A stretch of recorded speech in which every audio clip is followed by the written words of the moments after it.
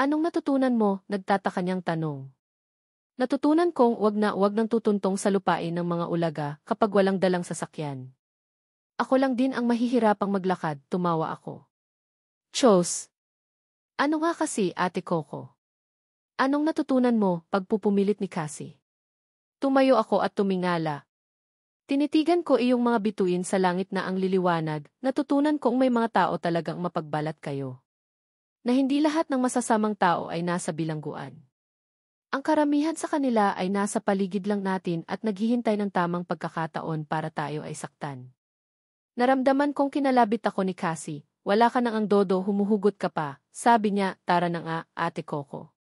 Lakad na ulit tayo bago pa ako mabadrip sa'yo. Tapos nauna nang naglakad si Cassie sa akin. Nang maramdaman niyang hindi pa ako naglalakad, bigla siyang napahinto at nilingon ako, ano, Ate Coco? Magtatagal pa ba dyan? Tutunga nga. Hindi pa rin maglalakad, tanong niya, kahit tumagal ka dyan sa kinatatayuan mo, hindi ka nababalikan ni Kuya Travis. Wala ka kasing dodo, sabi niya sa kamuli akong inirapan. Naningkit ang mga mata ko nang dahil sa sinabi ni Cassie sa akin. Pakiramdam ko lubog na ang pagkatao ko sa lupa dahil sa mga sinabi niya. Wasak na nga ang puso ko dahil sa Travis na iyon, dinagdagan pa ni Cassie. Ina! Wala na akong dodo. Wala na. Hindi mo na kailangang ipagduldulan pa sa mukha ko na flat-chested ako. Sa sobrang high blood ko kay Cassie, bigla kong hinablot ang buhok niya, saka siya binalian ng lig. Hindi pa ako nakontento at pinagsasapak ko pa ang mukha niya at sinikmuraan siya hanggang sa mapagod ako. Joke. As if naman kaya kong gawin iyon. Hindi ko na lang siya pinansin. Dahil sa totoo lang hindi na ako nasaktan sa mga sinabi niya. Maalala ko lang iyon mga sinabi ni Travis kanina sa akin, nababasag na ng paulit-ulit ang puso ko. Habang naglalakad tuloy kaming dalawa ni Cassie, pakiramdam ko namamanhid na ang buong katawan ko. Masasayang lang ang oras mo sa akin dahil wala kang maaasahan. Napangiti ako ng mapakla dahil naalala ko iyong sinabi ni Travis. Kapal ng mukha. Yummy ka. Gwapo ka. Mayaman ka. Pero lahat ng iyon ay walang kwenta kung wala kang isang salita. Bulong ko sa sarili ko habang pinupunasan ang mga luha kong muling bumagsak. Ate Coco, huwag ka na umiiyak. Biro lang naman iyong mga sinabi ko sa'yo, si pagsasalita ni Cassie habang sabay kaming naglalakad. Pero hindi biro iyong dodo part, ah? Wala ka naman kasing boobs, humagikik pa siya at kitang-kita ko iyong bungal niyang ipin. Binatukan ko nga siya. Kalokang Cassie to. Pagod na ako sa kakalakad at ang bigat-bigat pa ni Cassie. Inaantok na raw kasi siya, kaya binuhat ko na siya. Nakatulog na tuloy siya sa balikat ko at humihilik pa nga. Mukhang pagod na pagod nga talaga siya sa sobrang layo ng nilalakad namin. Kawawa naman tong bata na to, natatanaw ko na ang malaking kulay gintong gate na labasan. Finally! After ilang oras ng pag-aalay lakad, makakalabas na rin sa hacienda paasa. Itaga niyo talaga sa bayag ni Manyakol. Hinding-hindi na ako muling tutungtong sa lupain na ito. Hindi na talaga. Habang naglalakad biglang may bumusina sa likuran ko. May isang sasakyan na paparating tapos huminto ito sa harapan ko. Ma'am, hatid ko na po kayo hanggang labasan. Baka po napapagod na kayo, sige. Napataas ang kilay ko, ano? Ihahatid mo kami hanggang labasan. Isang kembot na lang nasa labas na kami. Bulyaw ko sa driver, ang laking tulong, ha? Super laki talaga. Pero no thanks na lang. Baka isumbat pa ng mga amo mong ulaga. Nagpatuloy ako sa paglalakad at sinusundan ako ng driver. Ma'am, sakay na po kayo. Mapapagalitan po ako ni Sir Travis, sige na, ma'am. Baka po matanggal ako sa trabaho. Salamat na lang, Manong. Pero kaya kong maglakad mag-isa. Sabi niyo ma'am isang kembot na lang nasa labasan na kayo. Kembot ka nga, ma'am. Napahinto ako sa paglalakad saka kumembot ng isang beses. Oh, ma'am. Nakakembot na kayo ng isang beses pero wala pa rin kayo sa labasan. Sakay na kasi, ma'am. Mapapagalitan talaga ako, napakamot pa siya ng ulo niya. Napatingin ako sa malaking kulay ginto na gate. Kaunting hakbang na lang at andun na kami. Kaso sadyang makulit tong driver na to, sumakay na nga kaming dalawa ni Cassie para matigil na siya. Pag-upo ko bigla nang umandar ang sasakyan. Hindi pa nag-iinit ang puwetan ko sa upuan na abot na namin ang labasan. Bumaba na rin kami agad ni Cassie. Ingat kayo, ma'am, nakangiting sabi ng driver. Lul, sagot ko saka siya inirapan. Mabuti naman at hindi na namin kailangan maghantay ng matagal ng taxi ni Cassie dahil agad na may dumating. Sumakay na kami dito at dumiretso uwi na. Mabilis ang naging biyahe ng taxi pa uwi sa compound dahil nga gabing-gabi na at walang traffic. Hindi pa kami nakakahinto sa may compound na loka na ako sa nakita ko. Ang daming pulis na nasa labasan. May police mobile cars din sa may harapan ng compound. Parang may krimen na nangyari. Agad na kaming bumaba ni Cassie ng taxi para malaman kung ano ang nangyayari. Baka may patayan na nangyari. Naglakad kami ni Cassie papunta sa compound. May yellow sash din ang nakalagay sa gate ng compound na nagsasabing police line do not cross. Nakipagsiksikan kami sa mga tsismosa para makapasok sa loob. Pagpasok namin ni Cassie, nakita ko ang mama niya na umiiyak. Nawawala ang anak ko. Nasaan ka na ba, Cassie? Baka nakidnap na iyon, sabi ni Aling Karing sa mga pulis na nag-i-interview sa kanya. Halos namamaga na ang mga mata ni Aling Karing at halatang kanina pa siya umiiyak. Walang yang lasinggerong asawa ko kasi iyan. Hindi binabantayan ang bunso namin. Mama, sigaw ni Cassie at tumakbo papunta sa mama niya. Nagulat na napatingin si Aling Karing sa anak niya, Diyos mio. Saan ka ba nagsususuot, bata ka? Sinong kumidnap sa'yo? Tanong niya habang yakap-yakap si Cassie. Si Ate Coco, turo nito sa akin, siya po, mama. Ano, Yagi, sigaw ko habang turo-turo ko pa ang sarili ko. Napatingin sa akin si Aling Karing at ang mga pulis. May 2 pulis pa na lumapit sa akin at agad akong pinusasan. Naloloka ako sa mga sunod na nangyari. Ang tangi ko na lang alam ay nakaupo na ako sa loob ng police mobile car para dalhin sa presinto at ipaliwanag ang ginawa kong pagkidnap kay Cassie. Walang yang bata na iyon. Dapat pala binalian ko na ng liig iyon habang natutulog, snako talaga naman. Nakakagigil ka, Cassie. Paulit-ulit kong pinaliwanag sa mga pulis ang nangyari habang ini-interrogate ako.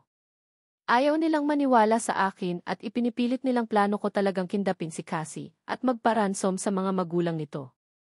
Umamin ka na, Giles Cordova. Plano mo talagang kindapin iyong bata, di ba? Kailangan mo ng perang pangpa-plastic surgery, di ba? Amin na. Napataas ang kilay ko, aba naman. So, anong pinapalabas nyo? Na ang pangit ko. Wala kaming sinabing ganyan, sabi ng pulis, di ba, pare? Wala tayong sinabing pangit siya. Ang tangi lang nating sinasabi ay kapag dumikit siya sa babaeng maganda magmumukha siyang naka-Halloween costume. Natawa iyong isa pang pulis, gago, pare. Halloween costume ka dyan. Grabe ka naman. Ano lang? Kung magpo-post lang siya ng picture, kasama ang isang aso, maguguluhan ang makakakita. Hindi agad malalaman kung sino ang aso at kung sino ang tao, saka sila nagtawa ng dalawa. Aba! Ang sasaya nyo, bulyaw ko, makapanglait akala mo naman mga kagwapuhan. Ang lalaki ng tiyan nyo, tigilan nyo ako, napairap na lang ako. Yari ka talaga sa akin, Cassie. Pinauwi na rin ako ng mga punyemas na iyon nang dumating sa presinto si Aling Karing. Pinaliwanag niya ang lahat sa mga pulis dahil sinabi raw ni Cassie na sinamahan niya lang ako. Todo hingi ng pasensya sa akin si Aling Karing at pinatawad ko na. Sobrang pagod ko na talaga at gusto ko nang magpahinga. Nakauwi na ako ng compound at apartment ko. Pagbukas ko ng ilaw sumalubong sa akin iyong mga bulaklak na ibinigay ni Travis. Agad akong kumuha ng garbage bag at isinilid dito ang mga bulaklak na nanggaling kay Ulaga. Ang dapat sa mga binibigay niya ay tinatapon. Hindi dapat umaasa sa mga ganitong bagay. Kaya pala niya ako binigyan ng sobrang daming bulaklak dahil papatayin niya lang ang puso ko. Kulang na lang magtirik ako ng kandila at mag-alay ng dasal para sa puso kong 2 beses niyang pinatay. Matutulog na sana ako pero hindi naman ako makatulog. Ipipikit ko pa lang ang mga mata ko, bigla ko nang makikita ang mukha ni Travis na nakangiti sa akin. Napakagat ako ng labi ko dahil pinipigilan ko na ang mga mata ko sa pag-iyak. Gusto ko nang tumigil sa pagluha. Gusto ko nang mamanhid ang buong katawan ko hanggang sa mawalan ako ng pakiramdam. Dahil sa tuwing bumabalik sa isipan ko iyong mga alaala naming dalawa ni Travis, sumasakit ang puso ko. Ang puso kong kahit hindi niya planong hingiin noong una pa lang ay ibinigay ko na. Pandan ko. Pandan ko. Pandan ng buhay ko. Napapikit ako at hinakap ang unan ko na may naiwan na amoy ni Travis. Namimiss ko siya. Namimiss ko iyong manyakol na ulaga na iyon. Nasaktan niya ako pero bakit ganito? Mahal ko pa rin siya. Nasaktan niya ako pero gusto ko pa rin siyang nakita. Ano ba, Concepcion? Hindi ka pinalaking desperada at masokista ng papa mo. Pero wala mahal ko talaga si Travis. Mahal na mahal ko siya kahit ang hurt-hurt na ng dibdib ko. Nakahiga lang ako sa kama at patuloy na lumuluha habang nakabaon ang ulo ko sa unan na may amoy ni Travis. Pakiramdam ko nag-iisa lang talaga ako sa mundo. Walang taong kakampi. Walang taong matatakbuhan at mapaglalabasan ng mga hinanakit sa dibdib ko. Bigla ko tuloy naisip na paano kaya kung mamatay ako ngayon? Sino-sino kaya ang mga pupunta sa lamay ko? Sino-sino kaya ang iiyak? Siguro, wala. Hindi na ako nakatulog at hinayaan ko lang ang sarili kong umiyak. Iniyak ko ang lahat-lahat ng nararamdaman ko noong gabi na iyon. Lahat ng nararamdaman ko para kay Travis ay idinaan ko sa pagluha. Nang wala nang lumalabas na luha, tumayo na ako ng kama ko at pinunasan ang mga huling patak ng luha sa mata ko. Humarap ako sa salamin saka ko na-realized ang isang bagay. Ang pangit ko pala talaga, sabi ko sa sarili ko, o kailang iyan, Coco. It's just a guy. Marami pang lalaki sa mundo. Sabi nga nila ang daming isda sa dagat. Hindi lang iyon ang mahuhuli ko, napabuntong hininga ako, hindi naman isda si Travis para sa akin, siya ang buong karagatan ko. Pumikit ako ng ilang segundo saka muling minulat ang sarili kong mga mata. Sa pagmulat ko ng mga mata ko, kasabay nito ang pagmulat ko sa realidad. Isang realidad na marahil hindi talaga plano ng tadhana na mapunta sa akin si Travis. Isa lang siyang aral sa akin na hindi lahat ng lalaking may matatamis na salita at may effort na pinapakita ay totoo. May mga lalaking seryoso pero mas maraming lalaki na manloloko. Pero alam kong isang araw may darating na lalaking magpapatunay sa akin na kung bakit hindi ako para kay Travis dahil para sa kanya ako. Sigurado akong may lalaking darating sa akin na muling magbubuo ng bawat parte ng puso kong nawasak ng ulaga na iyon. Isang araw alam kong kapag naalala kong minahal ko si Travis, mapapatawa na lang ako at mapapailing. Darating din ang araw na kapag naalala ko ang feelings ko para sa kanya, hindi nakikirot ang puso ko at hindi natutulo ang mga luha ko. Isang araw muli akong makakangiti. Isang klase ng ngiti na wala nang nararamdaman pa para sa kanya. Lumabas ako ng kwarto ko at inikot ang mga mata ko sa maliit kong apartment. Kahit walang tulog, nag-general cleaning ako. Hindi naman ako makatulog kaya mas mabuting maglinis na lang. Kailangan ko nang tanggalin si Travis sa sistema at buhay ko, at sa maliit na apartment ko na ito sisimulang tanggalin siya. Inayos ko ang sala at kusina. Binago ko ang style. Gusto ko magsimula ng bagong buhay. Isang buhay na walang paasa, ulaga at manyakol. Kibber. Hindi naman siya ang mundo ko, ay huwag niyang isipin na hindi ko kayang mabuhay na wala siya. Mukha niya. Pagtapos ko sa paglilinis sa banyo naman ako. Naloka ako nang makita ko ang boxer na hinubad ni Travis na nakasampay pa. Ito ang boxer na hinubad ni Travis kagabi bago niya tuluyang lisanin tong apartment ko. Kinuha ko ito. Gusto ko sanang ipa-frame tong naiwang boxer ni Manyakol pero huwag na lang. Kailangan ko na siyang kalimutan ay hindi dapat ako mag-iwan ng alaala niya. Natapos na ako maglinis. Nakangiti ako habang iniikot ko ang mga mata ko sa buong apartment. Bagong simula. Bagong pag-asa. Bagong buhay. Pumasok na ako ng kwarto ko at dahil inaantok na ako. 9:00 na ng umaga. Ilang oras din pala ako inabot ng paglilinis ko. Pero ayos lang dahil fresh sa pakiramdam. Ipipikit ko na lang ang mga mata ko nang may marinig pa akong katok sa pintuan. Sino naman tong istorbo na to? Tumayo ako at dumiretso sa may pintuan. Pagbukas ko nakita ko si Cassie na nakanguso sa akin habang may hawak-hawak.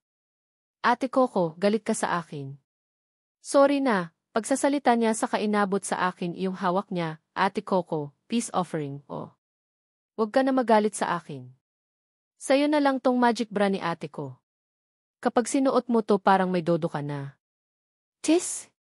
Galit ako sa'yo, sinarado ko ang pintuan at napasandal sa pintuan saka napa-facepalm. Ano bang kasalanan ng dodo kung wala kay Cassie at paborito niya itong pansinin? Kalokang Cassie to. Papaalis na sana ako ng pintuan nang makarinig ako ulit ng katok. Ayoko sanang pansinin pero ang ingay ay ang sakit sa tenga. Ang kulit talaga ng Cassie na to, off. Binuksan ko ang pintuan, ano ba kasi, sigaw ko, ayoko tanggapin iyang magic bra na iyan. Ang kulit, napahinto ako sa pagsasalita dahil hindi si Cassie ang sumalubong sa akin, kundi gwapong lalaki. Yun, kulit. Iyo ba tong bra na to? Sabi sa akin ng artistang gwapong-gwapo na nasa harapan ko. Nalaglag ata, sabi niya habang hawak-hawak iyong magic bra na dala ni Cassie. Pulang-pula ang mukha ni Heron habang hawak ang bra. Inagaw ko ang bra, hindi akin to, mabilis kong sagot. Teka, anong ginagawa mo dito? Napangiti si Heron, manliligaw. Ang aga ko ba? Sabi kasi nila ang taong maaga may pag-asa, napaiwas siya ng tingin sa kamuli na namang namula. Napanganga ako. Diyos ko, hindi ko inaasahan ito. Ang tangi ko lang namang gusto ay bagong simula, bagong buhay. Pero hindi ko hiniling ang bagong lalaki. Anong gagawin ko dito kay Heron? Kaloka ang simula ng umaga ko. Got an unexpected call from an arrival last night. Akala ko ipapamukha niya sa akin na pag-ari na niya si Kulit at sasabihin sa akin na layuan ko na ang kababata ko pero hindi. Ibang-iba at malayo sa inaasahan ko iyong sinabi niya sa akin. Iyong boses niya habang nagsasalita ay parang nasasaktan. Bawat salitang lumalabas sa bibig niya ay halatang hindi niya gusto pero wala siyang magawa kundi sabihin ito. Please make Conception happy again. Kahit na gusto ko mismo sa sarili ko na ako ang maging dahilan ng bawat ngiti niya, hindi na maaari. May mga bagay na hindi na namin kailangan ipagpapatuloy pa. Nasaktan ko siya ng hindi lang isang beses. Alam ko rin ang dahil na naman sa akin, umiiyak na naman siya. I'm such an asshole. The biggest asshole who always make her awry. Teka, pere. Anong pinagsasabi mo? Hindi ko magets. Stop beating around the bush, will you? I was saying that I entrusted Conception with you. Kahit na hindi ko kaya kakayanin ko para kay Conception. Isusuko ko siya alang-alang sa kapakanan niya. Kahit na ayokong makita siyang nasa kamay ng ibang lalaki, titiisin ko. Lahat ng naiisip ko ngayon ay para sa kapakanan niya. Ayokong maging selfish, pre. Gusto ko palagi kaming magkasama. Gusto kong palagi siyang nakikita. Gusto kong palagi siyang nasa tabi ko pero kapag sinunod ko ang mga gusto ko siya lang din ang mahihirapan, napatigil siya dahil halos mabasag na ang boses niya. Hatalang umiiyak na si Travis mula sa kabilang linya habang pinagkakatiwala niya sa akin si Kulit. Muli siyang nagpatuloy kahit garalgal na ang boses niya, Dude, you don't have any idea how much I love Conception. Kahit na sa maikling panahon namin na magkasama siya lang ang babaeng minamahal ko ng ganito. Mas pipiliin kong ako na lang ang masaktan pa kaysa kaming dalawa. Dude, please, mahal na mahal ko si Conception. Please, make her happy. Gawin mo iyong mga bagay na hindi ko nagawa sa kanya. Kahit hindi na ako maging masaya, ayos lang sa akin. Basta makita ko lang ulit umiti si Conception, masaya na ako. I love her to the point that I'm going to sacrifice my own happiness just for her sake. Please, Heron. Please, make Conception happy. Please spare, I'm begging you. Napahugot ako ng malalim na buntong hininga, Dude, kahit hindi mo sabihin yan talaga ang gagawin ko. I am willing to do anything and everything just to see her happy. I will make her fall for me. Hindi ko lang maintindihan, Travis. Bakit? Bakit mo siya sinusuko kahit na alam nating pareho na ikaw ang gusto ni Conception? Hindi ko pwedeng sabihin sa'yo, Heron, mahinahon niyang sagot, galing kanina si Conception dito. She told me that she was about to answer me yes and she loves me, too. Ako na sana ang pinakamasayang lalaki sa buong mundo kapag nangyari yun. Pero wala eh. I fucked up everything. I let my happiness slip away for the second time around. We can't be together. Not now, not tomorrow, and not even forever. Travis, sa totoo lang nabubwisit ako sa'yo. I want to beat the shit out of you to pulp. What happened to Travis na ipinaglalaban ang gusto niya? Tanong ko sa kanya, gusto kong maging masaya dahil finally wala na akong kalaban kay Concepcion. Pero, dude, hindi ganyan ang kilala kong Travis. Ang kilala kong Travis pinapagana ang pagiging mafia niya pag may gusto siya. Pero bakit sumusuko ka ngayon? Ah, gets ko na. Kasi takot ka. Kaya nawala sa'yo dati yung si Chloe dahil wala kang ginawa. Nawala si Chloe sa akin dati dahil wala akong ginawa. That's true. Pero this time may ginagawa ako. I would rather choose to lose her than living a miserable life with me. Tingin mo gusto ko iyong makita? Palagi nga kaming magkasama pero nahihirapan naman si Concepcion. Sagot niya, sige, pere. I'll hang up. Ipagkakatiwala ko na sa'yo si Concepcion. Don't worry, hindi ko kayo guguluhin. Put back her happiness on his lips, then he ended the call. Hindi ko talaga magets kung anong nangyayari sa kanilang dalawa ni Concepcion. Kahapon nakita ko lang si Colette na ang saya-saya. Her pair of rare blue eyes was pure of bliss. Tapos pag uwi ko kagabi galing shooting bigla akong tatawagan ni Travis para lang sabihin na sinusuko na niya si Colette. Gusto ko talaga maging masaya. Pinipilit ko ang sarili ko na maging masaya sa nangyari dahil masosolo ko na si Colette pero hindi, inahihirapan ako. Kahit hindi aminin sa akin ni Colette alam kong mahal niya si Travis. Kaya alam kong nasasaktan siya ngayon dahil may nangyari. Kagabi rin habang nasa shooting kaming dalawa ni Christine may weird na nangyari. Habang magkausap kaming dalawa at naglalabas ako ng bigat ng nararamdaman parang bigla kong nakita si Colette sa kanya. Hindi ko alam kung dala lang iyon ng pagod o sa sobrang pag-isip ko kay Colette hanggang sa mapaisip ako na pareha sila ng gestures. Pareha sila ng the way ng pagsasalita at mga reaksyon sa bagay-bagay.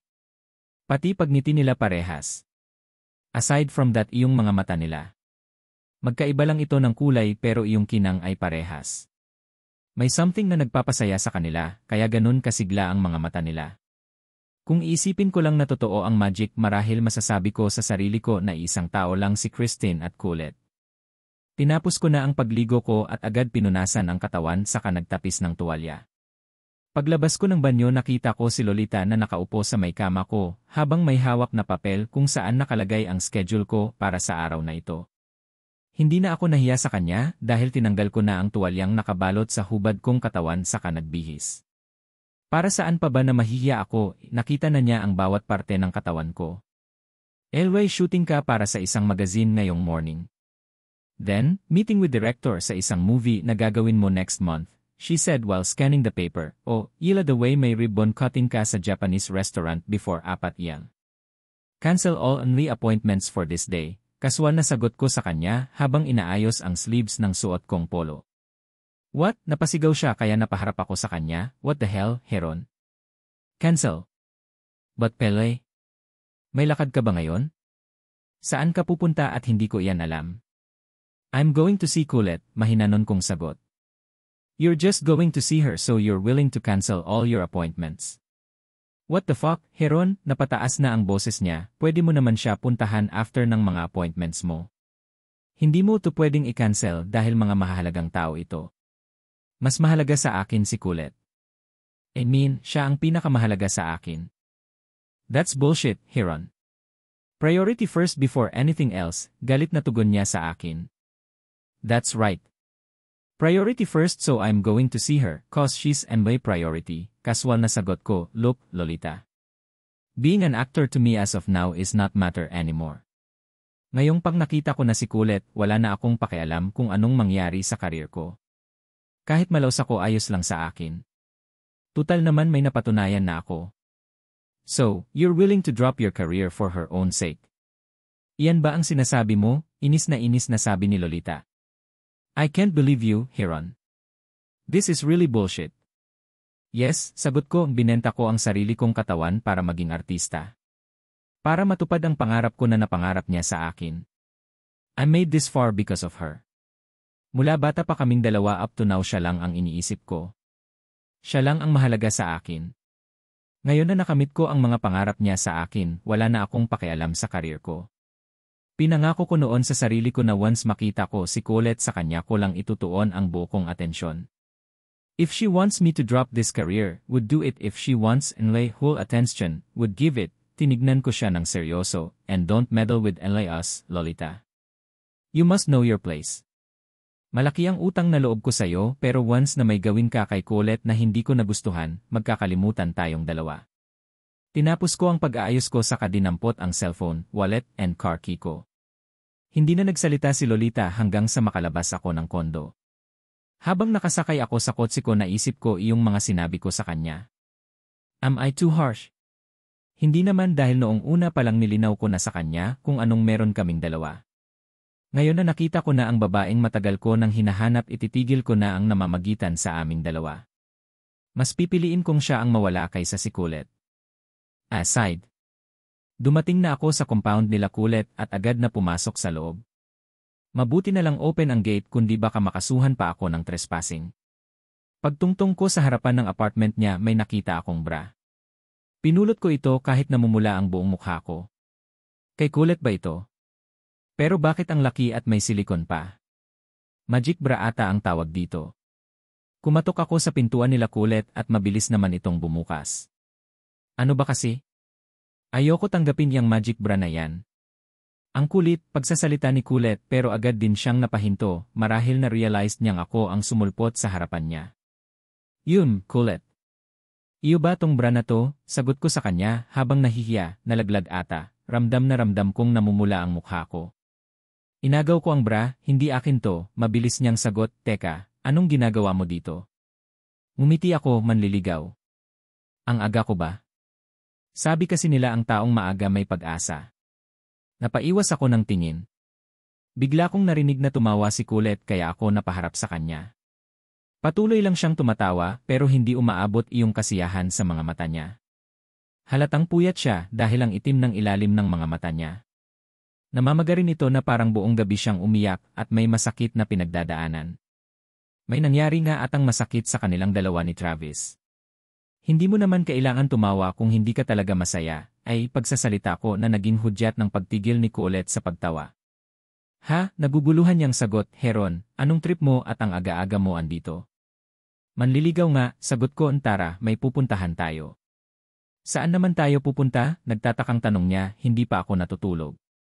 Naglinis ako ng buong apartment magdamag, pwedeng matulog muna.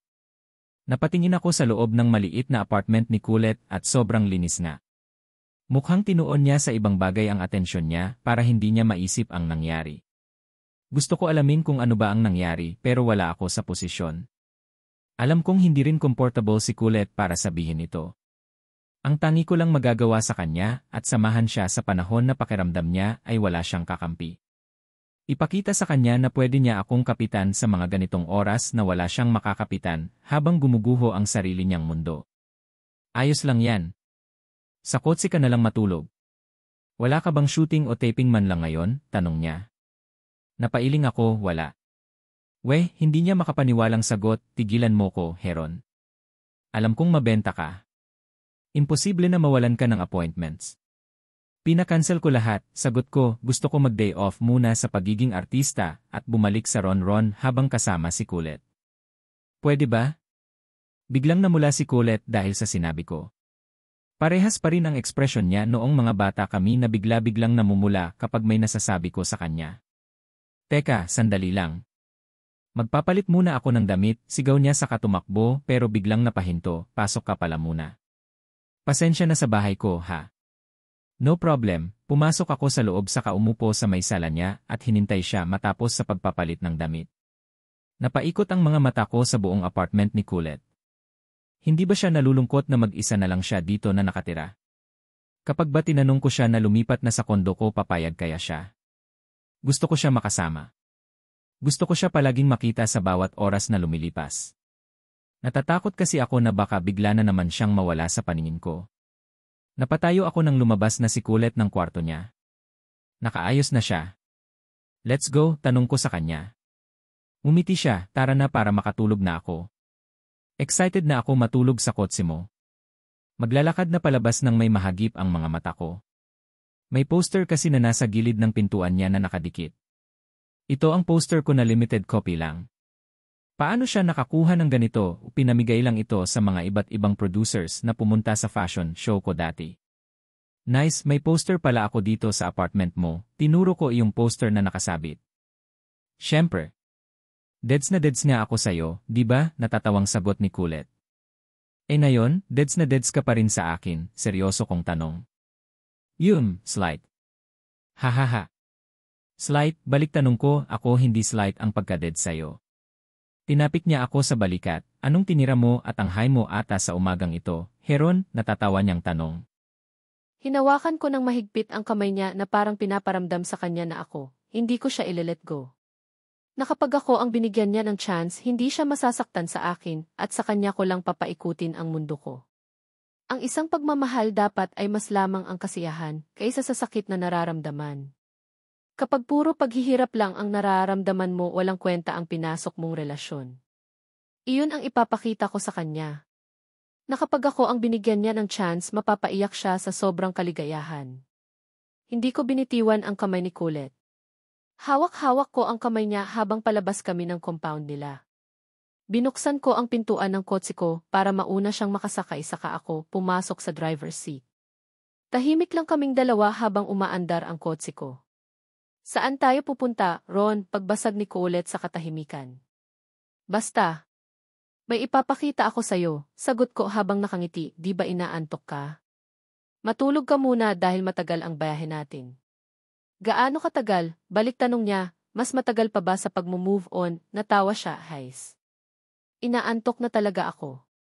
Tulog muna ako, Isinandal niya ng maayos ang ulo niya sa kapumikit.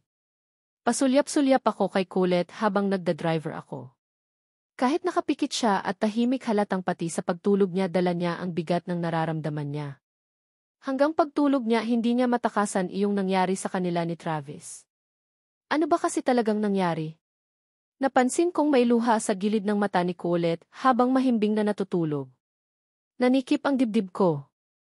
She's done hurting. She's hurting yet, can't do anything about it. Paano ko nga naman mapapatigil ang sakit na nararamdaman niya kung hindi naman ako ang kailangan niya? Dapat masaya ako habang nagmamaneho at kasama ko si Kulet. Ilang ulit ko na ba naisip ang ganitong eksena sa isip ko? Sinabi ko sa sarili ko noon na once makita ko si Kulet ipagmamaneho ko siya.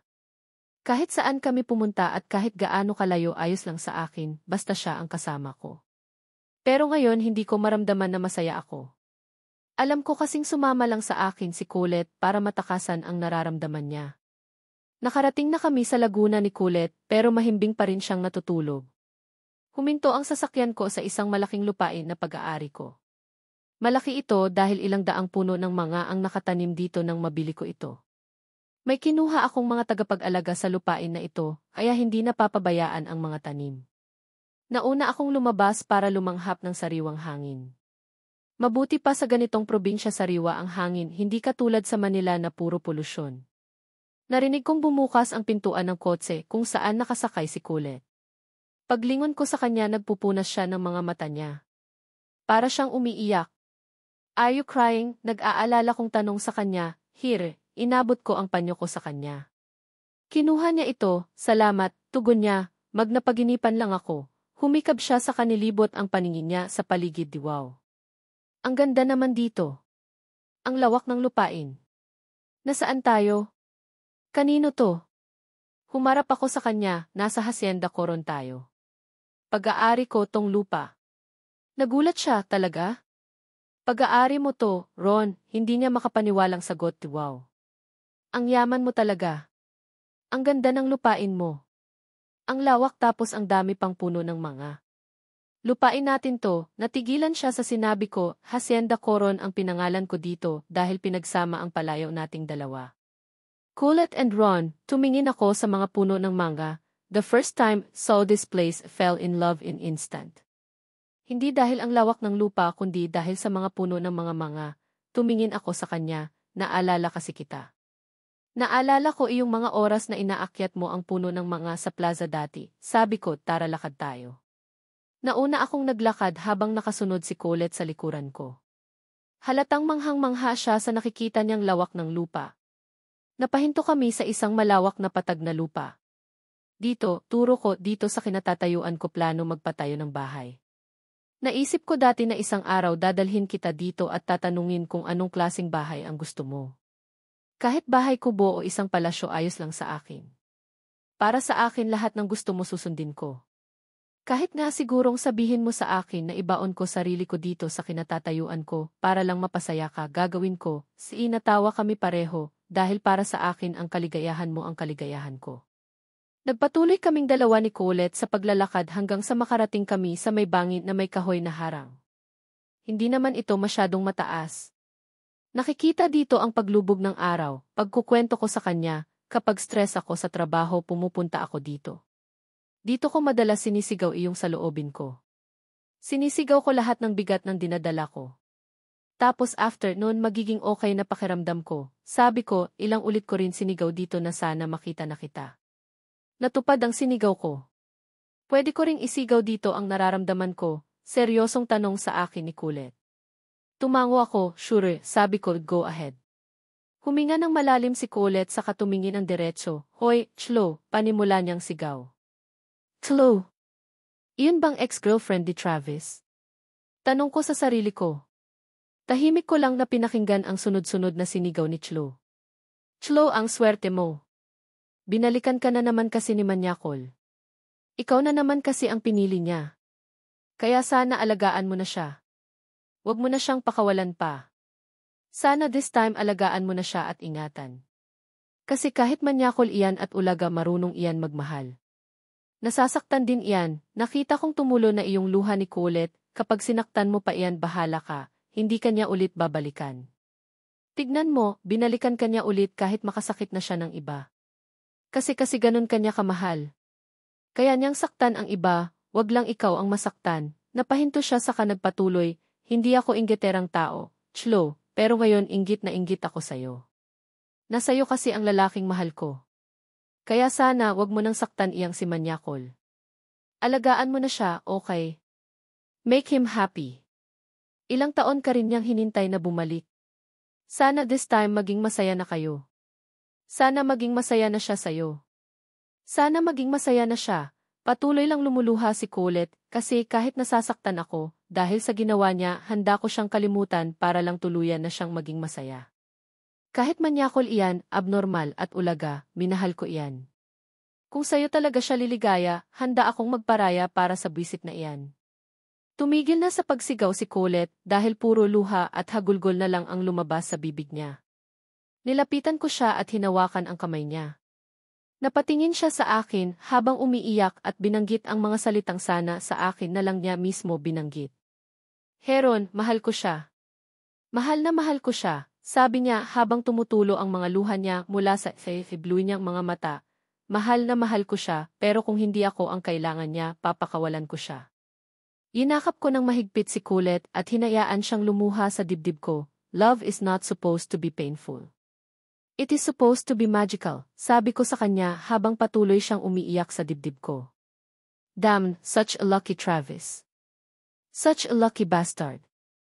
Pinapaiyak niya lang ang babaeng pinapangarap ko. Nakaupo kami ni Colette sa blanket na nakalatag sa ilalim ng puno ng manga. Walang nagsasalita sa aming dalawa. Tanging ang ihip lang ng hangin sa paligid at mga huni ng mga ibon na nagliliparan sa mga puno ang naririnig ko. Kahit tumigil na sa pag-iyak si Colette, ramdam ko pa rin na nasasaktan siya. Nakatingin lang siya sa maaliwalas na kalangitan na parang may malalim na iniisip at may taong inaalala na gustong kalimutan.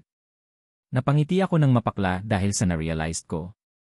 Walang-wala ako kumpara kay Travis dahil kahit wala siya rito siya pa rin naman ang laman ng puso't isipan ng babaeng gusto kong ingatan habang buhay. Mas gusto ko pang tanggapin na natalo ako kay Travis kaysa makitang nasasaktan si Colette ng ganito.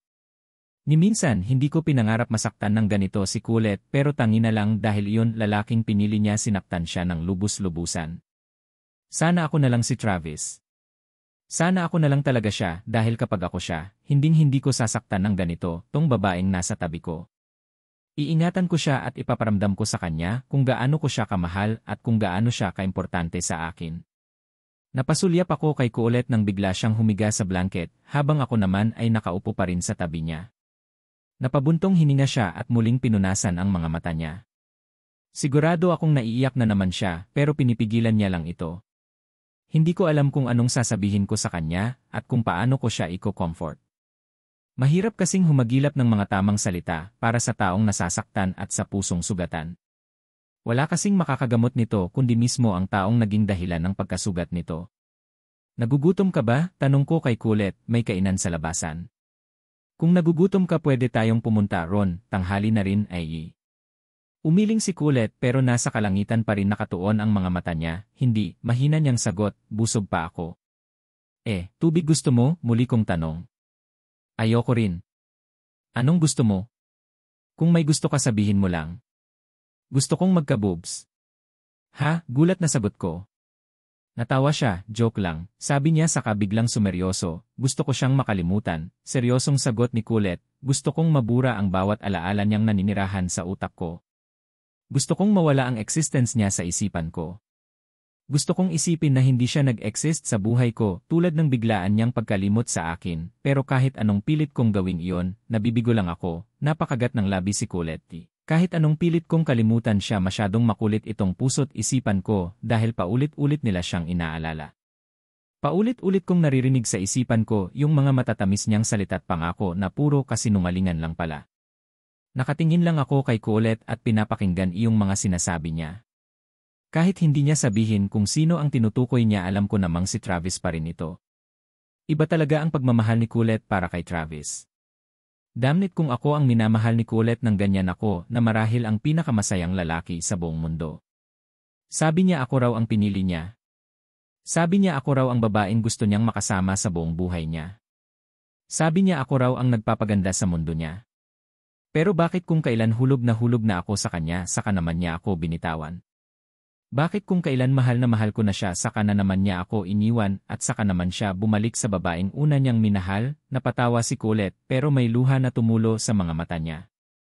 Umiiyak na naman siya. Alam mo ang nakakatawa, Heron? Sasagutin ko na sana siya, kahit manyakol siya. Kahit abnormal siya. Kahit ang corny ng mga pick-up lines niya. Sasabihin ko na sanang, leche kang ulaga kang manyakol ka. Sinasagot na kita. Sasagutin ko na siya para maging official na ang Buko Pandan Love Team na sinasabi niya, muli siyang natawa, pero kung kailan ko iyon sasabihin saka naman niya sinabing hindi kami pwede sa isa't isa at kalimutan ko na siya. Saka naman niya sinabi sa akin na si Chloe pa rin pala ang mahal niya at naguluhan lang siya sa feelings niya sa akin. Buwisit siya. Anong feeling niya sa utak ko? May instant delete button na isang click lang makakalimutan kung mahal ko siya at pinaasa niya lang ako. Hinawakan ko ang kamay ni Kulit saka ito pinisil para maramdaman niyang andito lang ako sa tabi niya at hindi siya iiwan. Nagpatuloy siya sa pagsasalita at hinayaan niyang muling tumulo ang mga luha niya. Hindi niya lang ito isang beses ginawa kundi dalawa pa. Eto naman ako si tanga, ginago na ng isang beses nagtiwala pa rin sa pangalawang pagkakataon. Wala, imahal ko, kapag mahal mo kasi bibigyan mo ng chance, kahit na walang kasiguraduhan na hindi ka na masasaktan. Kapag mahal mo kasi yung isang chance nagiging unlimited chances na. Pero ang unfair lang dahil sa aming dalawa ako ang mas nasaktan. Siya may binalikan habang ako naman wala. Wala akong babalikan dahil siya lang naman ang unang lalaking minamahal ko. Tumingin sa akin si Kulit, Heron, mahal ko talaga siya. Mahal na mahal ko talaga si Travis. Mahal na mahal ko siya kahit paulit-ulit niya akong sinasaktan at pinapaasa. Ang sakit lang dahil kahit anong pag-iyak ko, hindi niya ako pupuntahan para patahanin. Kahit umiyak ako ng umiyak alam kong hindi niya ako mamahalin dahil na-realize niya nang hindi pala ako ang mahal niya. Napatakip ng mga mata si Kulit at paulit-ulit lang umiyak habang binabanggit niya kung gaano niya kamahal si Travis. Napaiwas ako ng tingin sa kanya dahil hindi ko kayang makita siyang masaktan ng ganito kagrabe. Noong mga bata kaming dalawa palagi siyang nakatawa. Palagi siyang nakangiti. Palaging maaliwalas ang mga mata niya. Ngayong malalaki na kaming dalawa ang layo na niya sa batang Kulit na palaging nagpapalakas ng loob ko noong walang-wala ako. Ang Kulit na nakikita ko ngayon ay sobrang hina. Naging sobrang hina dahil sa lalaking minamahal niya na hindi siya naipaglaban. Sa mga oras na to hinihiling ko na sana wala na lang akong puso. Na sana manhid na lang ako para hindi ko nararamdaman ang mga to. Pinunasan ni Kulit ang mga mata niya sa katumayo at nag-unat ng mga kamay.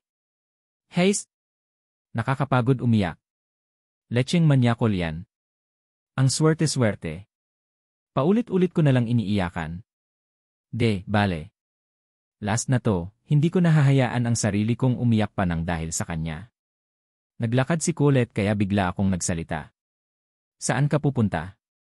Tumigil siya sa paglalakad at humarap sa akin, kay kamatayan. Ipapaschedule ko na si Travis, tumawa siya pero ang lungkot pa rin ng mga mata niya. Joke lang. Haha. Sa kotse. Uwi na tayo. May pasok pa tayo bukas, napatango na lang ako sa sinabi niya at sinimulang tupiin ang blanket na inupuan naming dalawa. Tahimik lang kaming dalawa ni Colette nang bumabiyahe kami pabalik ng lugar namin.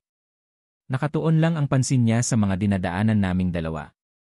Gusto ko sana sabihin sa kanya na sana ako na lang ang minahal niya dahil hindi siya masasaktan sa akin. Pero hindi maaari dahil ayokong samantalahin ang kahinaan niya. Hihintayin ko na lang na maging okay si Colette saka ko siya liligawan. Ipapakita ko sa kanya na ako ang karapat-dapat sa kanya dahil kapag ako ang minahal niya, lalabas lang ang luha niya dahil sa labis na kaligayahan. Hapon na nang makabalik kami sa tapat ng compound ni Colette. Agad akong bumaba ng kotse para pagbuksan siya ng pintuan. Salamat, nakangiting sabi sa akin ni Colette. Salamat sa pagsama sa akin. Natawa siya, ako dapat ang magpasalamat. Salamat sa pakikinig sa akin, Heron, sabi niya bigatin ng listener ko. Isang artista. Magsasalita pa sana ako kaya lang biglang may batang babae na sumulpot sa gilid namin ni Colette. Siya yun bata na tumatawag kay Colette na bading. Ate Coco, saan ka galing? Nagtataka niyang tanong. Wala kang pakialam, inirapan ni Colette iyon bata kaya bigla akong napatawa. Wala ka namang dodo, sagot ng bata kaya bigla siyang binatukan ni Colette. Aray ko naman, Ate Coco. Sakit nun, ah. Puro ka kasi dodo. Para kang si Laksu sa binabasa kong story na Jenny and the Magic Arinola ni Ousik, iritadong sagot ni Colette sa bata, dun ka na nga, kasi. Dun ka. Hindi naman tayo bati, eh. Sorry na nga, Ate Coco, wag ka na magalit sa akin, napanguso ang batang si Cassie. Kapag pumunta kami ni Mama sa simbahan, ipagdadasal kong magkadodo ka na para hindi ka na magalit sa akin. Wag na, sagot naman ni Colette, sabihin mo na lang kay Lord na kung hindi kami para sa isa't isa ni Travis pwede na niyang kunin si Manyakol, napahagikik si Colette, joke. Si Chlo na lang ang unahin niya. Or pwede rin si Janice. Coco, seryosong pagtawag ko sa pangalan niya, hindi tama yan.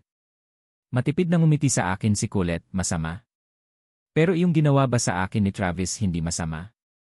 Heron, hindi mo kasi nararamdaman itong nararamdaman ko. Hindi mo alam kung gaano kumikirot tong nasa loob ng dibdib ko dahil sa nangyari. Ang daming nagmamahal kasi sa'yo kaya hindi mo alam ang pakiramdam ng maiwanang nag-isa. Hindi mo alam ang pakiramdam na maiwan ng mismong taong ayaw mong umalis sa buhay mo. Titig na titig sa akin ang iray blue niyang mga mata na nagpapahatid kung gaano siya nasasaktan. Hinawakan ko ang kamay niya pero mabilis niya itong binawi saka tumalikod. Naglakad na siya palayo sa akin hanggang sa makapasok na siya ng tuluyan sa apartment niya without looking back at me. I sighed and shook my head. Ang taray nung speech ni Ate Coco, Kuya Pogi, no, pagsasalita ng batang nasa gilid ko, ang taray feeling niya may dodo siya. Kapag laki ko ayokong maging katulad ni Ate Coco. Napatawa ako na na maging mataray. Umiling siya, hindi, sagot niya, ang walang dodo. Sige, kuya. Papasok na ako sa bahay namin. Baka makalanghap ako ng pollution dito sa labasan, baka malanghap ko ang pollution na nalanghap ni Ate Coco kaya wala siyang dodo. Baby, kuya, nag-wave pa siya sa akin habang tumatakbo paakyat sa dalawa ni floor ng compound. Napatawa na lang ako. Nag-drive na ako pabalik ng kondo ko at agad binagsak ang katawan ko sa kama sa sobrang pagod. Pakiramdam ko drained na drained ang buo kong katawan dahil sa nangyari. Nilabas ko ang cellphone ko mula sa bulsa at tinitigan ang picture ni Colette na panakaw kong kinuhanan noong nasa Italian restaurant kaming dalawa. Iba ang itsura niya dito kumpara sa itsura niya ngayon. Ilang araw pa lang ang nakakalipas pero ang laki na ng pinagbago niya. Nawala na iyon kinang sa mga mata niya. Nawalan na siya ng ganang ngumiti ng tunay.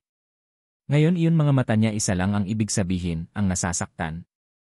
Ngayon pati ang pagngiti niya ay isang nalang pagbabalat kayo para mapagtakpan ang puso niyang nasasaktan. Napapikit ako para mag-isip kung paano ko matutulungan si Colette pero kahit anong gawin ko wala akong ibang maisip na paraan. Hindi naman kasi ako si Travis, ay hindi naman ako ang kailangan niya. Some of your producers got angry, napamulat ako mata nang marinig kong nagsalita si Lolita. Nasa may pintuan siya at seryosong nakatitig sa akin, galit na galit sila dahil sa biglaang pag-cancelled ng mga appointments mo. Heron, this is not you. Hindi ka ganito magtrabaho. What are you doing? Tamad na tamad akong bumangon sa kama, spending every time with my top priority. Sagot ko sa kanaglakad palabas ng kwarto habang nakasunod sa akin si Lolita. Napahinto ako sa may dining table ko nang makita ko ang mga pictures na kuha sa first shooting naming dalawa ni Christine. Tinignan ko ito. Napatitig ako sa mga mukha ni Christine na nasa litrato. Maganda siya. Sobrang ganda. Pero hindi iyon ang naging dahilan para mapatitig ako dahil parang may parte sa isip ko na nagsasabing parehas ng ngiti si Colette at Christine. She looks like Colette, pagsasalita ko sa sarili ko habang titig na titig sa mga picture. Bigla itong hinablot ni Lolita sa akin. Putangina naman, Heron. Puro na lang Colette. Puro na lang iyong babae na yon. Ano bang nangyayari sa'yo? I'm telling you. Layuan mo siya. She's no good for you, galit na sa sigaw sa akin ni Lolita. Sinamaan ko siya ng tingin, you have in no position to tell what should I do and what should I do not. Manager lang kita. Hindi kita nanay. Hindi kita guardian. Kaya wala kang karapatan na panghimasukan ang personal kong buhay. You must know where you stand. That's right. Hindi mo nga ako nanay at hindi mo rin ako guardian, mataas na boses na sagot niya, pero what if malaman ni Concepcion ang namamagitan sa ating dalawa? What if she finds out what we were doing in your bedroom? What if she finds out that you gave your body to me to get what you have right now? Ano sa tingin mo ang magiging reaction niya? I glared at her, are you threatening me? Subukan mong gawin yan, Lolita. Hindi ko alam kung anong mangyayari sa'yo. Malaki ang utang na loob ko sa'yo pero once magsalita ka kay Coco magtago ka na. Dahil kahit manager kita hindi kita mapapatawad pagbabanta ko sa kanya. Hindi kita tinatakot, Heron. Sinasabi ko lang ang mga posible na mangyari, napapikit si Lolita sa kanapatingin sa akin ng seryoso. Sinasabi ko lang na mas magandang layuan mo na lang siya. Huwag mo na siyang papasukin sa buhay mo dahil paniguradong magkakasakitan lang kayong dalawa. God damn it, tingin mo hahayaan ko na namang mawala siya sa akin. Hindi mo kaya pero kailangan mo siyang layuan, singhal niya, she's and my daughter. Si Concepcion ang kaisa-isa kong anak na iniwan ko 20 years ago. Siya ang kaisa-isa kong anak na inabandona ko na. Paano kapag nalaman niyang ang nanay niya at matalik niyang kaibigan ay may ginagawang kalaswaan sa kama? Heron, she's been through a lot. Huwag mo na natin dagdagan mga pinagdaanan niyang paghihirap, napaluha na si Lolita habang nagsasalita. Nagulantang ang buong pagkatao ko dahil sa nalaman ko. Hindi ako makapaniwala. No, you're lying. Hindi mo siya anak. Sinasabi mo lang ito para layuan ko siya. Tangina. Bawiin mo ang sinabi mo, Lolita, sigaw ko sa kanya. Napayukom ako ng kamao ko dahil sa sobrang galit sa mga sinasabi niyang kasinungalingan. Umiling-iling siya, sana nga nagsisinungaling lang ako pero hindi, Heron. Anak ko si Concepcion, muli niyang pagsasalita habang pinupunasan ang mga luha niya. Natatandaan mo pa ba kung saan kita napulot? Sa lugar nila, di ba? Dahil pasikreto ko silang pinagmamasdan ng dati kong asawa. Napapikit ako ng mga mata ko dahil sa sobrang galit. Pagmulat ko bigla kong sinuntok ang lamisang babasagan. Agad itong nabasag dahil sa lakas ng pagkakasuntok ko rito. Naramdaman ko na lang na tumutulo ang mga dugo sa sarili kong kamao. Tangina, tanging mura na lang ang nasabi ko. Nakakadirito, nakakadiring isipin na nakasiping ko ng ilang ulit ang ina ng babaeng mahal na mahal ko. Iniwasan ko si Colette nang malaman ko na siya ang nawawalang anak ni Lolita. Alam kong sa mga oras na to kailangan niya ng malalapitan dahil iniwan siya ng lalaking minamahal niya pero wala akong ibang choice kundi idistansa ko mismo ang sarili ko mula sa kanya. Ayokong lumapit kay Colette at ihawak sa kanya ang sarili kong mga kamay. Nandidiri ako sa sarili ko. Nandidiri ako sa nalaman ko. Nandidiri ako sa buong pagkatao ko. Nandidiri ako sa isipang nakasiping ko ng ilang ulit ang ina ng babaeng pinapahalagahan ko sa lahat. Hindi ko siya kayang tignan ng straight sa kanyang mga mata dahil para nitong hinahalukay ang buong pagkatao ko. Para nitong nakikita ang mga pagkakamali ko. Wala akong maihaharap na mukha kay Kulit. Anong karapatan kong sabihin sa kanya na mahal ko siya ganong ibinenta ko mismo sa sarili niyang ina ang aking katawan para makuha ko ang mga pangarap ni Kulit para sa akin? Alam kong kapag nalaman ito ni Kulit mas masakit pa sa nararanasan niya ngayon ang mararanasan niya sa akin. Panghahambuhay na pasakit ang makukuha niya mula sa akin. Sigurado akong kapag nalaman niya ito at habang nakikita niya ako, palagi niya itong maalala. Ayoko nang maramdaman niya pa yun kaya kahit masakit ako na ang iwas at lalayo. Matagal kong pinangarap na muli kaming magkita ni Kulit. Nang magkita kami may lalaki naman na siyang nagugustuhan. Akala ko wala na akong pag-asa. Akala ko wala talo na ako. Akala ko napunta lang sa wala ang lahat ng paghihirap ko. Pero nang iwanan siya ni Travis nakakita ako ng opening. Nasabi ko mismo sa sarili ko ako lang kasi ang nararapat kay Kulit. Ako lang ang lalaking handa siyang ipaglaban sa lahat at handa siyang mahalin ng buong buo. Kaya nasabi ko rin sa sarili ko na hihintayin kong maging ready ulit si Kulit. Ipapakita ko ulit sa kanya kung gaano ko siya kamahal kapag hindi na siya nasasaktan pa. Pero sadyang mapaglaro nga talaga ang tadhana. Sa kakakasi niya bibigyan ng panibagong problema kung kailan maayos na ang lahat. Kung kailan akala mo perfect moment na sa kanya sisirain ng isang bagsakan. Marahil ito na ang kabayaran para sa lahat ng kaginhawaan ko sa buhay. Siguro ito na ang kapalit sa mga dasal na sana muli kaming magkita dalawa. Kakatapos lang ng klase ko at palabas na ako ng school nang makita ko si Kulit na naglalakad palabas ng school. Ang layo ng tingin niya. Halatang hanggang ngayon apektado pa rin siya ng ginawa sa kanya ni Travis. Nawala na yung jolly aura ni Kulit na palagi mong makikita kapag mapapatingin ka lang sa kanya. Ngayon, kahit sa unang tingin masasabi mong may dinadala siyang mabigat na problema. Ngayon, kahit sa unang tingin masasabi mong may tinatago siyang hinanakit sa dibdib niya. Patawid na sana si Kulit nang bigla siyang mapatingin sa gawi ko.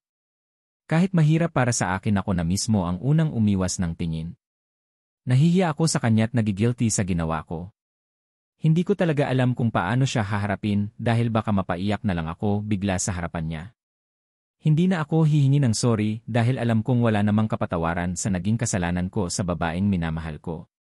Sumakay na ako ng kotse ko sa kadumiretso sa kondo ko para makapagpahinga at makapag-isip-isip sa mga letseng problema na nararanasan ko. 2 araw na mula nang malaman ko iyong kagimbal-gimbal na katotohanan, kaya 2 araw na rin akong lutang sa trabaho ko. Yung iba kong taping at meeting hindi ko napuntahan at palagi ko lang sinasabi na hindi maganda ang pakiramdam ko. Wala akong pakialam kahit masira ang career ko dahil mas maganda nga yun. Para matapos na ang lahat ng ito. Pagdating ko ng kondo tahimik lang ito. Wala si Lolita na palaging sumasalubong sa akin. Mula nang sabihin niya sa akin na siya ang nanay ni Kulit bigla siyang lumipad papuntang London kinabukasan. Marahil kailangan niya rin ng oras para makapag-isip-isip sa mga bagay-bagay. Ayoko rin siyang makita dahil kapag nakikita ko siya naalala ko na siya ang ina ng babaeng pinapangarap ko. Ngayon alam ko na kung bakit niya ako pilit pinapalayo kay Kulit noon. Kung alam ko lang na magiging ganito ang lahat di sana hindi ko na siya pinilit na makita pa. Papikit na sana ang mga mata ko kaso biglang nagring ang cellphone ko. Hindi ko sana sasagutin ang tawag kaso nabasa ko na si Mimi ang tumatawag kaya sinagot ko na. Hello, Mimi. Bakit? Sagot ko sa kahumiga sa kama. Heron, bigla kong nailayo ang cellphone ko sa tenga ko dahil bigla siyang sumigaw. Oh, bakit? Huwag kang sumigaw. Naririnig naman kita. Narinig kong natawa si Mimi mula sa kabilang linya, Sarena. May itatanong lang kasi ako. Ano yon? Ngayon na ang last taping nyo para sa commercial. Pinapatanong kung makakapunta ka na. Rush na kasi, i-okay na ba pakiramdam mo? Aside, maayos na, sagot ko si Christine ba makakapunta na rin? Hindi rin nakapunta si Christine nakaraan for unknown reason. Ilang ulit itong tinatawagan pero hindi nasagot. Wala tuloy ibang magawa yun organizer ng commercial para i-move ang date ng shooting namin since di rin maganda ang pakiramdam ko. Dry na sagot ni Mimi, nagalit pa nga sa akin si Christine, inasigawan niya pa ako. Kung hindi ko lang alam na number niya, yung natawagan ko iisipin ko wrong number. Iibang-iba kasi compared sa unang Christine na nakilala ko. You know, yung hyper at palaging nakatawa. Nagulat naman ako, ha? Bakit? Ano ba sabi sa'yo? Sabi niya, ano bang kailangan mo at tumatawag ka pa? Busy ako. Kung kailan naglalaro ako ng Clash of Clans saka ka tumatawag. May clan war ngayon. Kapag ako natalo rito tatapyasin ko yang noo mo, yan ang sabi niya, malungkot na sabi ni Mimi, pero di naman yun ang kinalungkot ko, iayos lang sana kahit sigawan niya ako. Kumulot noo ko, bakit, ano bang mas kinalungkot mo? Sabi ko sa kanya sali ako sa clan niya, pero sinigawan niya lang din ako. Sabi niya sumali ka mag-isa mo sa clan mo. Buwisit ka. Hays, nakakalungkot, Heron. Ikaw ba may Clash of Clan? Pasali naman, Heron. Napailing-iling na lang ako sa sinabi ni Mimi. Kahit talaga kailan puro kalokohan lang tong babae na to, nagpaalam na ako sa kanya na pupunta na ako sa shooting at magpapahinga lang ako. Sinabi niya rin sa akin kung saan ang venue ngayon. Sa isang rooftop garden daw sa isang hotel. Nung nakapagpahinga na ako nagready na ako papunta sa venue. Pagdating ko sa venue, naabutan ko ang mga crew na nag-aayos ng mga props. Ginawa nilang magical ang magandang rooftop garden ng hotel. Parang napunta ako sa ibang mundo sa nakikita kong ayos. Ito na nga pala ang last taping ng commercial. After nito tapos na ang trabaho namin ni Christine sa isa't isa. Parang nakaramdam ako ng lungkot sa loob ko. Bakit naman ako malulungkot, pwede pa naman kami magkita after nito.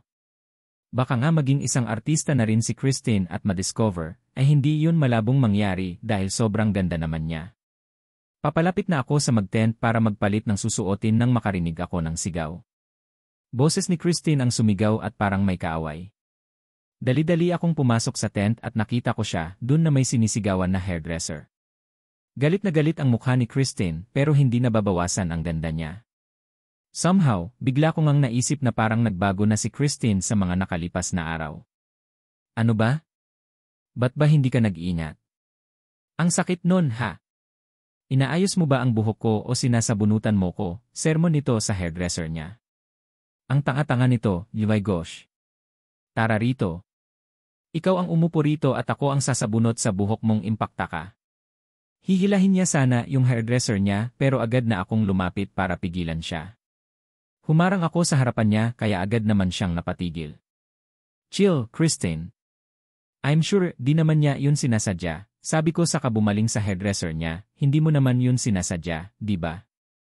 Kahit tanungin mo yan, hindi yan amin. Sino bang tao ang umamin na nakasakit sila? Humuhugot na sagot ni Christine. Inis na inis talaga siya. Pinanganak lang ba ako sa mundong to para masaktan lang talaga? Ma'am Christine, paano pong di ko kayo masasabunutan ang likot-likot nyo? Naglalaro po kasi kayo ng Clash of Clans ma'am tapos biglang gagalaw. Natatalo na ang clan ko, alangang di ako maalarma kung ang pinagpaguran kong ayusin at buuhin ay nasisira lang, humuhugot na naman na sagot ni Christine, sinong tanga ang papanoorin lang na nasisira ang mahalaga sa kanya. Nagkatinginan kami ng hairdresser ni Christine dahil sa sagot niya. Labo ha. May bawat hugot ang sinasabi ni Christine. You know what? Umalis ka na lang sa harapan ko. Baka di kita matansya at plansahin ko yang pagmumukha mo muli nitong bunton. Sige, lumabas ka na. Ako na bahala rito, sabi ko sa hairdresser. Nagpasalamat ito sa kalumabas na ng tent namin ni Christine. Tama yan. Lumabas ka na lang kundi kukulotin ko yang baba mong mahaba. Gusto mo? Curly chin, pahabol pa ni Christine saka umupo sa upuan niya at nilabas ang cellphone niya. Pinagmasdan ko na lang si Christine habang naglalaro sa cellphone niya. Pansin na pansin ko ang pagbabago ni Christine. Sumama ang ugali niya. Noong una kaming nagtaping ng commercial lahat ng crew dito ay kasundo niya. Lahat niningitian niya. Hindi siya nagsasabi ng masasakit na salita. I knew her for being nice and friendly. Pero ngayon nag-iba na talaga siya. Para siyang may pinagdaanan kaya bigla siyang nagbago. Parang pinoprotektahan niya ang sarili niya para hindi na mismo siya masaktan pa. Lumapit ako at umupo sa harap niya, alam mo, Christine. You'll lost everything if you are like that.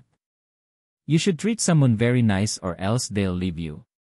Napatigil siya sa paglalaro ng cellphone niya at napatingin sa akin. Natigilan ako nang makita ko ang mga mata niya. Somehow, it resemblance of Conception's eyes. Full of sadness and pain. Parang sa mga mata niya naipon at nagtago lahat ng sorrow na di niya mailabas-labas. She looked at me with her sad eyes. You don't know anything, Heron, ramdam ko ang kalungkutan sa boses ni Christine. I treat everyone right. I treat them nicely but they will always leaving me. Napalunok siya at mas lalong lumungkot ang mga mata niya, and ever since I lost them, I don't care about losing anything anymore. Dagdag pa niya, parang Clash of Clans lang yan. No matter how you treasure everything and protect everyone, darating pa rin yon point na masisira ito at isa-isa kanilang iwan. Di mo sila mapipigilan kasi buo na sa loob nila ang pag-iwan sa'yo. Iiwan ka nilang sugatan at wala kang ibang magagawa kundi indahin ito. Sumakit ang dibdib ko dahil sa malungkot na pananalita ni Christine. May pinagdadaanan ka ba? Nahihirapan kong tanong sa kanya, pwede natin yan pag-usapan. Malungkot ulit siyang umiti, hindi, okay lang. Kaya ko ito, sabi niya, it hurts a lot but don't worry. I'm getting used to this kind of pain. Hindi ko alam kung anong pinagdadaanan mo Christine pero wag mo sanang hayaan na baguhin ka ng pain na nararamdaman mo, pagpapaalala ko sa kanya. You're too late, Heron, iling-iling niyang sagot, I'm already changing. I feel myself changing minute. I don't even laugh the same anymore. I don't smile the same. Or talk to everyone the same. I'm so tired of everything.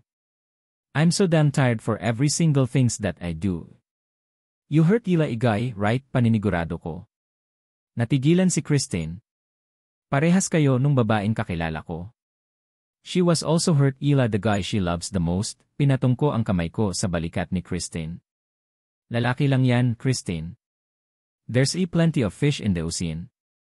Sabi nga quotes ni Paulo Coelho, when someone leaves, it's because someone else is about to arrive. Tinanggal ni Christine ang kamay kong nakahawak sa balikat niya. Tinignan niya ako ng seryoso saka nagsalita, lalaki, napailing-iling siya, tama ka. Lalaki lang yan. Lalaking mahal na mahal ko. Lalaking nagmamay-ari ng puso ko.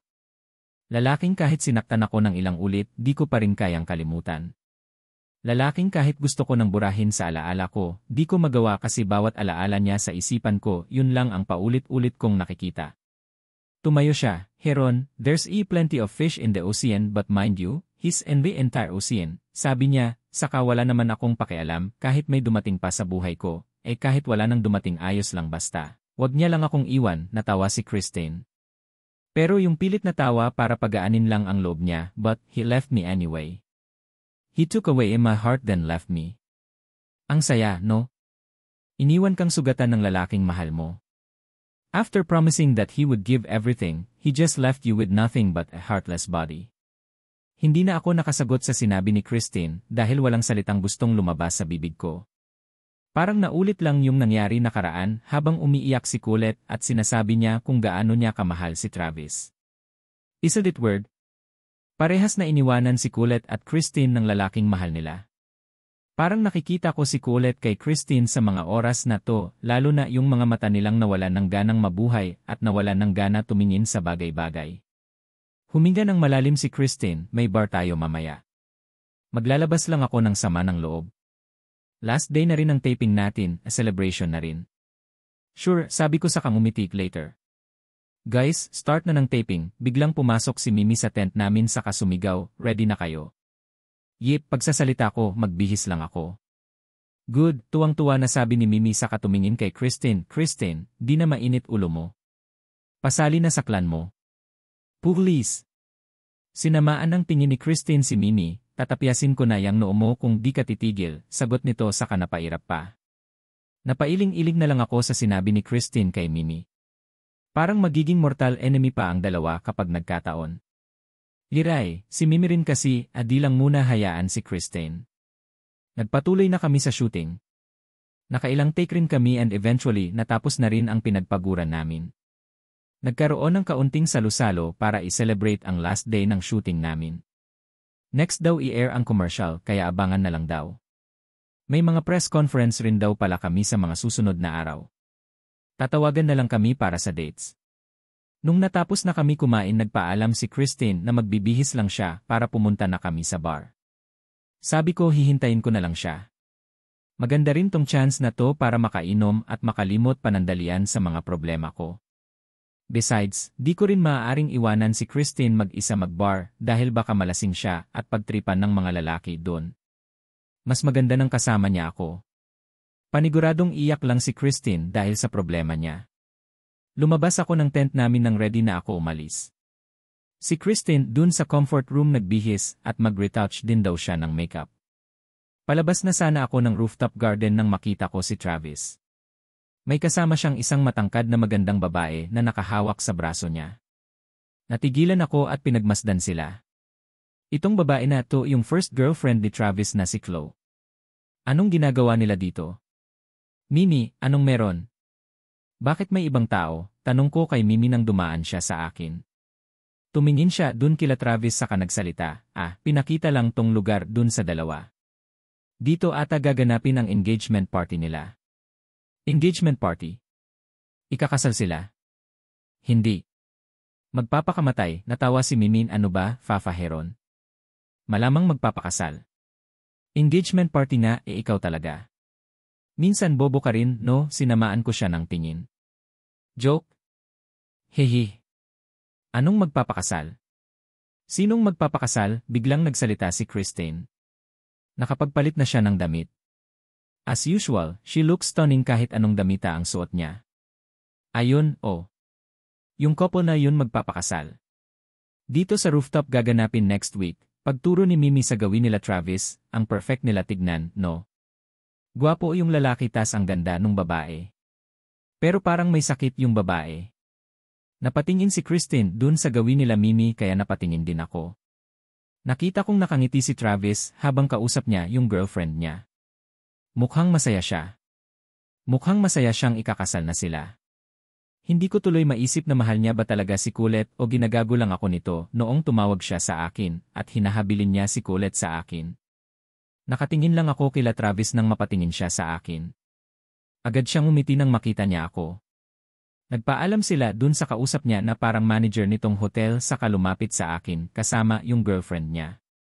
Todo kapit sa braso ni Travis si Chloe na parang wala itong plano na i-let go si Travis anumang oras. Dito pala kayo nagtaping, pere. Sayang di namin napanood, nakangiting sabi ni Travis sa akin, Chloe si Heron nga pala. Heron, si Chloe. Girlfriend ko, pagpapakilala nito. Napatingin ako kay Christine at parang nanigas siya sa kinatatayuan niya. Titig na titig lang siya kay Travis. Hindi niya mayalis yung tingin niya kay Travis na parang si Travis ang nanakit sa kanya. Kung tignan niya si Travis parang ito ang lahat-lahat sa kanya.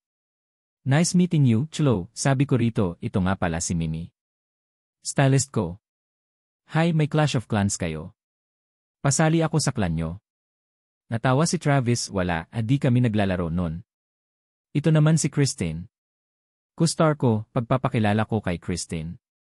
Tumingin si Chloe at Travis kay Christine saka tumango at mumiti. Napatingin din ako kay Christine at titig na titig pa rin siya kay Travis. Napalunok si Christine. Parang may gustong sabihin pero nahihirapan siya, paninimula niya, totoo bang? Totoo bang ikakasal ka na? Seryoso nitong tanong. Engagement party pa lang naman. Pero dun din naman yun papunta, nakangiting sabi ni Travis saka hinawakan ng mahigpit ang kamay ni Chloe na parang proud na proud siya rito. Next week ang engagement party namin. Hindi ko alam kung anong nangyayari kay Christine o kung may hindi siya nagustuhan sa isinagot ni Travis. Nagulat na lang kaming lahat nang biglang tumulo ng unti-unti ang mga luha ni Christine sa mga mata niya. Biglang siyang umiyak na parang nasaktan sa kanyang narinig. Congrats, malungkot na pagsasalita ni Christine na parang ito na ang pinakamasakit na salitang kanyang binitawan sa tanang buhay niya.